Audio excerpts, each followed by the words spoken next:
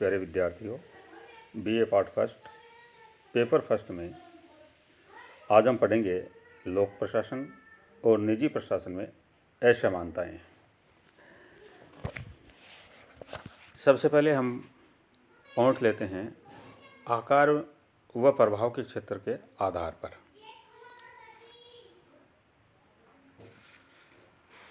प्रशासन के आकार और प्रभाव क्षेत्र के आधार पर दोनों प्रशासनों के प्रशासन में दिन रात का अंतर पाया जाता है।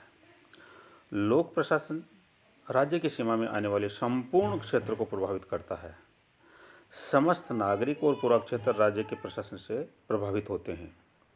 राज्य में निवास करने वाला कोई भी व्यक्ति राज्य द्वारा पारित कानूनों से अपने आप को परे नहीं रख सकता।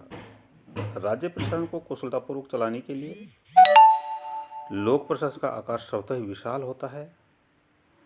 इसकी तुलना में निजी प्रशासन का आकार व प्रभाव क्षेत्र बहुत सीमित होता है। किसी भी बड़े से बड़े निजी प्रतिष्ठान का आकार राज्य प्रशासन की तुलना में बहुत ही सीमित होता है। संगठन के आकार, उसमें लगी पूंजी, प्रबंध आदि की दृष्टि से दोनों में भिन्नता पाई जाती है। नेक्स्ट पॉइंट है उद्देश्य के आधार पर, on the basis of objectives. दोनों प्रकार के प्रशासन के उद्देश्य में भिन्नता पाई जाती है। जहाँ लोक प्रशासन का मुख्य उद्देश्य जन सेवा करना होता है, वहीं निजी प्रशासन का मुख्य उद्देश्य लाभ कमाना होता है। कोई भी व्यक्ति निजी क्षेत्र में किसी भी कार्य को प्रारंभ करने से पूर्व यह जांच करता है कि उस कार्य को करने से उसे लाभ होगा अथवा हानि। यदि लाभ होगा तो कितना होगा। यदि लेश मात्र भी यह आभास हो जाता है कि अमुक कार्य में लाभ की संभावना नहीं है, तो निजी क्षेत्र में उस कार्य को नहीं किया जाता। लोक प्रशासन ऐसे कार्य अवश्य संपन्न करता है जिससे जनता की सुरक्षा, स्वतंत्रता, सुख सुविधाएं बनी रहें। निजी प्रशासन की सफलता की कसौटी लाभ या हानि होता है, जबकि लोक प्रशासन की नागरिक सेवा होती है। लोक प्रशासन को भी अनेक कार्य करना होता है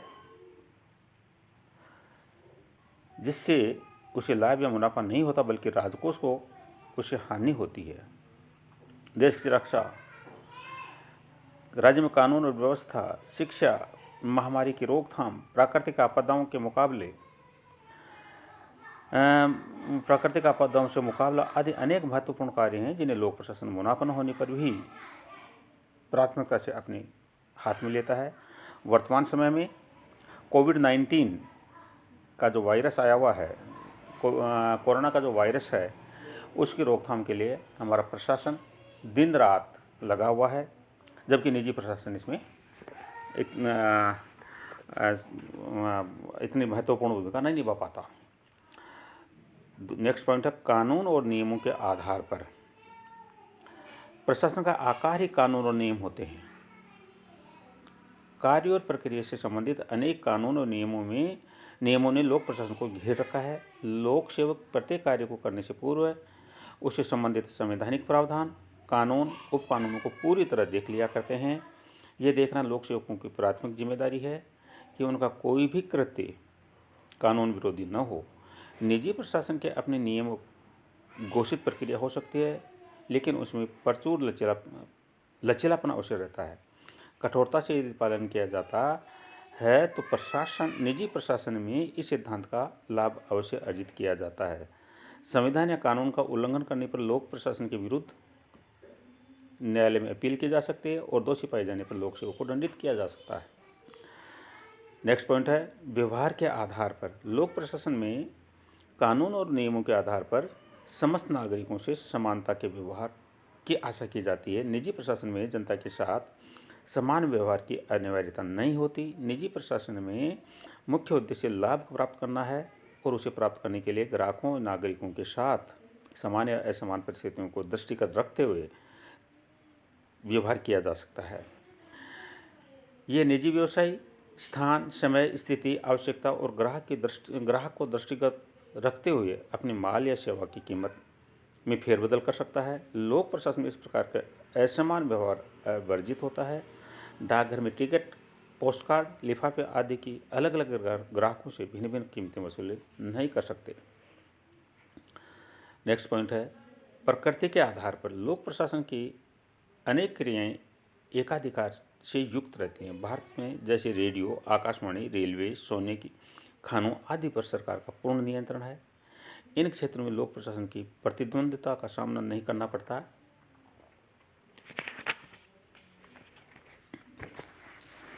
निजी प्रशासन पूर्ण प्रतियोगिता के सिद्धांत पर आधारित रहता है। निजी क्षेत्र में एकाधिकार अपवाद स्वरूप और अल्पकाल के लिए पाया जाता है।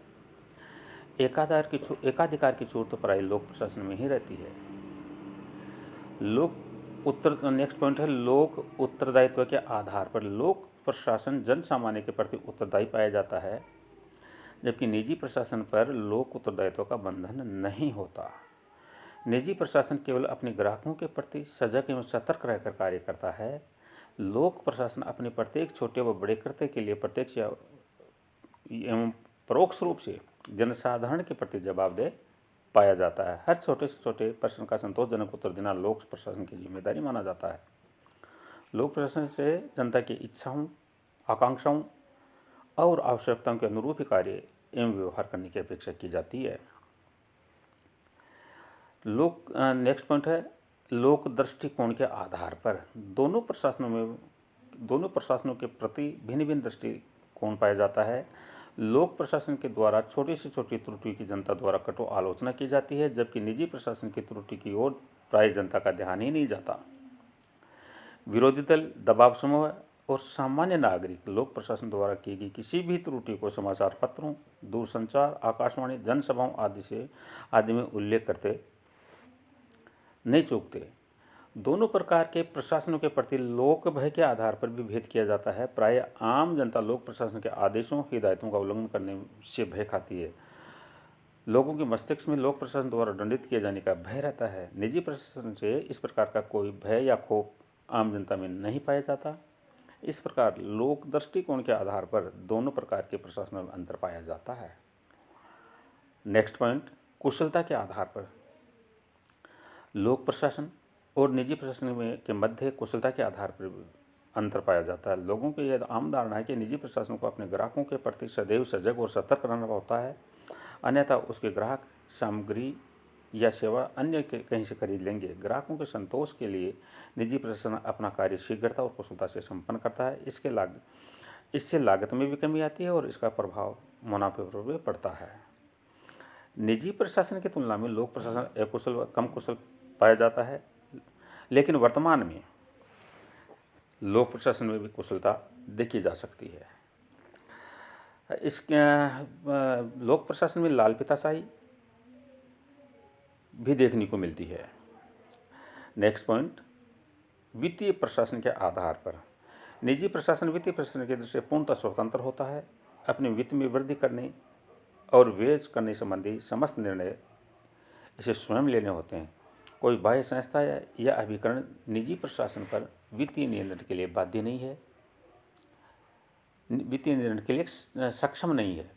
इसके विपरीत लोक प्रशासन पर बाह्य वित्तीय नियंत्रण प्राय अनिवार्य रूप से पाया जाता है। धन पर नियंत्रण जनप्रतिनिधियों का रहता है। लोक प्रशासन को अपनी वित्तीय गतिविधियां करनी होती हैं। इस प्रकार वित्तीय नियंत्रण के माध्यम से संपूर्ण लोक प्रशासन पर ही व्यवस्थापिका का नियंत्रण स्थापित हो जाता है। कार्य के महत्व के आधार पर दोनों प्रकार के प्रशासनों के मध्य अंतर का आधार कार्य का महत्व भी माना जाता है। निजी प्रशासन की तुलना में लोक प्रशासन के कार्य अति महत्व के हैं। कुछ कार्य तो लोक प्रशासन के इतनी बुनियादी प्रकृति के हैं जिन्हें यदि संपन्न न किया जाए तो समाज का अस्तित्व खतरे में पड़ जाता है। पुलिस, आग से रक्षा, राष्ट्रीय प्रतिरक्षा, सामाजिक सुरक्षा, शिक्षा, कृषि संबंधी संसाधन आदि लोक प्रशासन के उन प्रमुख कर्तव्यों में माने जाएंगे जिनके बिना समाज का अस्तित्व खतरे में पड़ जाता है।